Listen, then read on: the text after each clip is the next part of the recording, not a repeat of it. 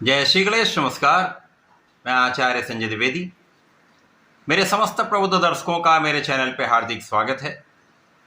प्रिय दर्शकों, आज मैं सिंह राशि का जून माह का मासिक राशिफल लेकर आपके सम्मुख उपस्थित हूँ। जून माह अत्यंत विशेष माह है क्योंकि इस माह में 5 परिवर्तन हो रहे हैं।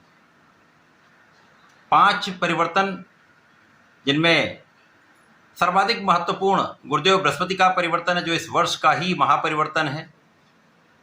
गुरुदेव बृहस्पति 2 जून को अपनी उच्च राशि में प्रवेश कर रहे हैं, जिसके कारण ये अत्यंत बलवान स्थिति बनाने वाले हैं। इसके साथ ही साथ इस माह में 8 जून को शुक्राचार्य का परिवर्तन भी कर्क राशि में हो जाएगा। 15 जून को सूर्य का राशि परिवर्तन होगा। सूर्यदेव 10वें भाव से एकादश भाव में जाएंगे।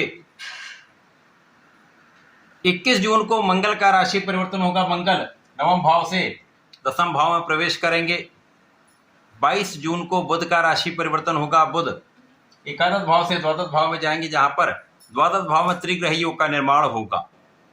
ये माह अत्यंत विशेष प्रभाव देने वाला है क्योंकि इस माह में जो परिवर्तन हो रहे हैं उनका विशेष स्थान है। और सिंह राशि के स्वामी सूर्यदेव हैं, जो वर्तमान समय में 10वें भाव में गोचर कर रहे हैं। यद्यपि ये कर्म स्थान में दिग्बली होकर गोचर कर रहे हैं, परंतु ये शनिदेव के साथ दृष्टि के प्रभाव में है और शनिदेव की ढैया चल रही है, जिसके कारण कहीं ना कहीं आपके कार्य क्षेत्र में उतनी स्थिरता नहीं आ पा रही, या कहीं ना कहीं कुछ तनाव बना हुआ है।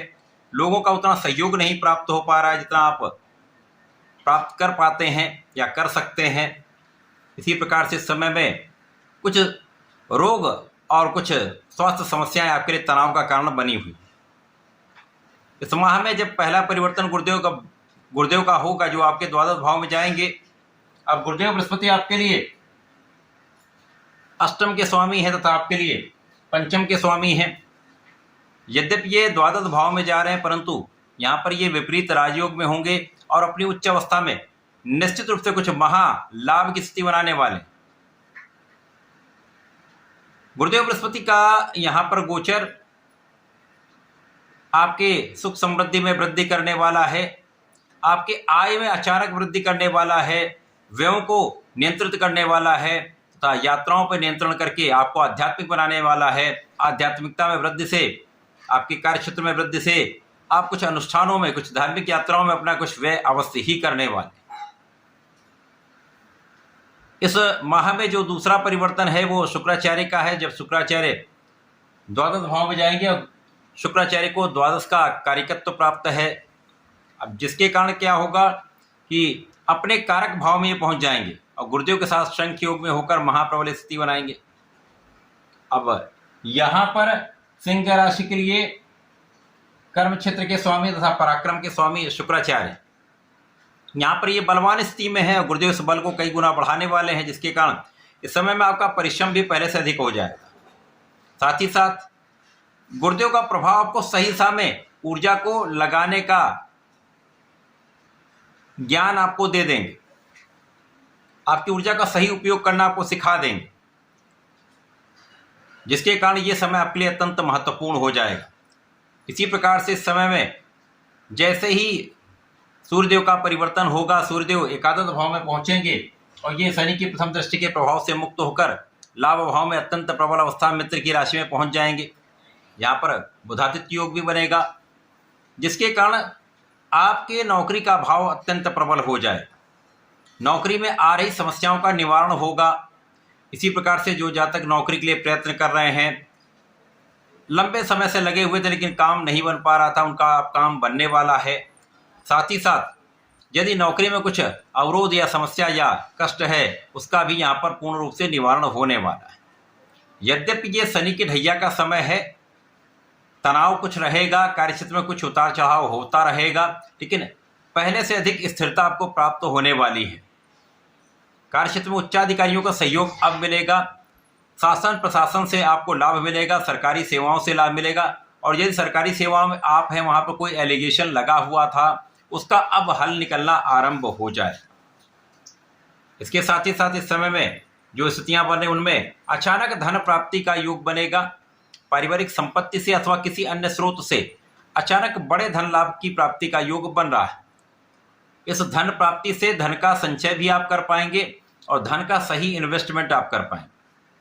हो सकता है इस समय में आपके प्राप्त धन से आप भूमि भवन वाहन का अर्जन कर सकें, भूमि भवन वाहन का क्रय कर पाएं, ऐसी स्थितियां बन रही। तो यहाँ पर व्यय तो कुछ बढ़ेगा, लेकिन व्यय आपके कार्यों में हो रहा है, आपके सुखों के संसाधन के अर्जन में हो रहा है।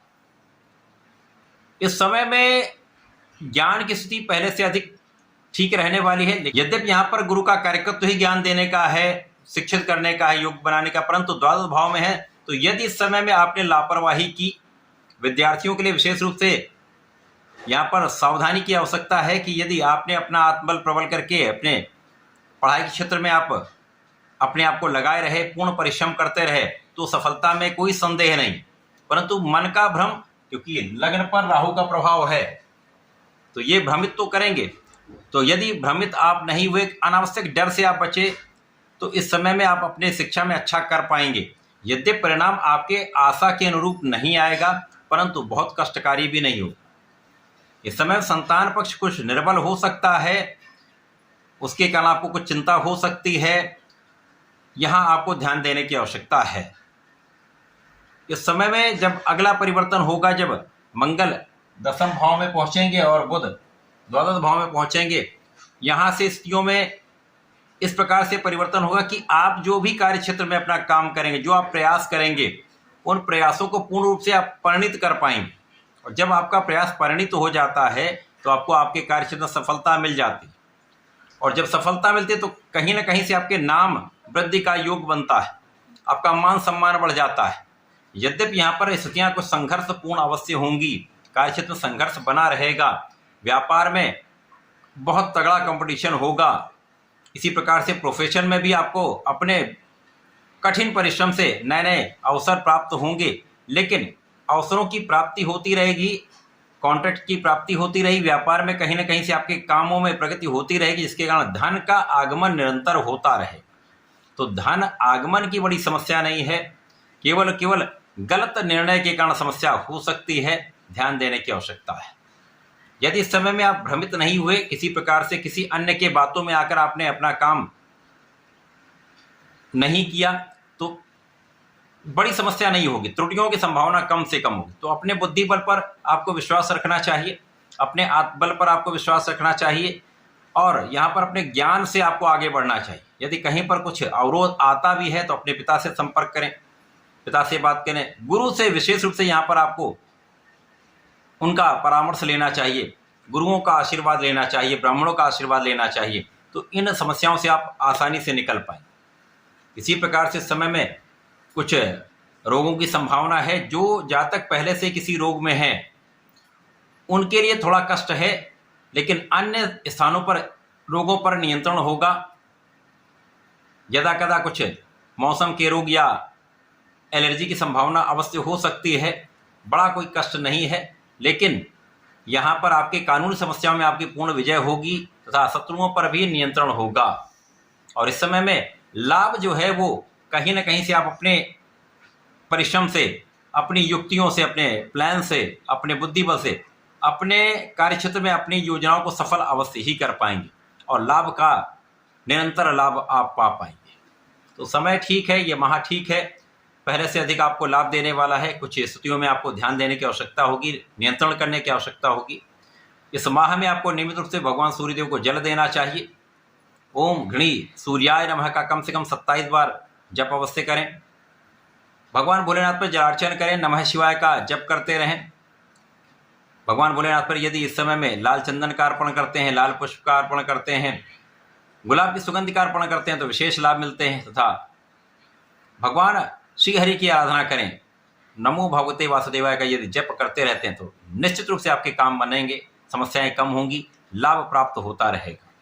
तो ऐसा करके इसका उपयोग करें। धन्यवाद, नमस्कार।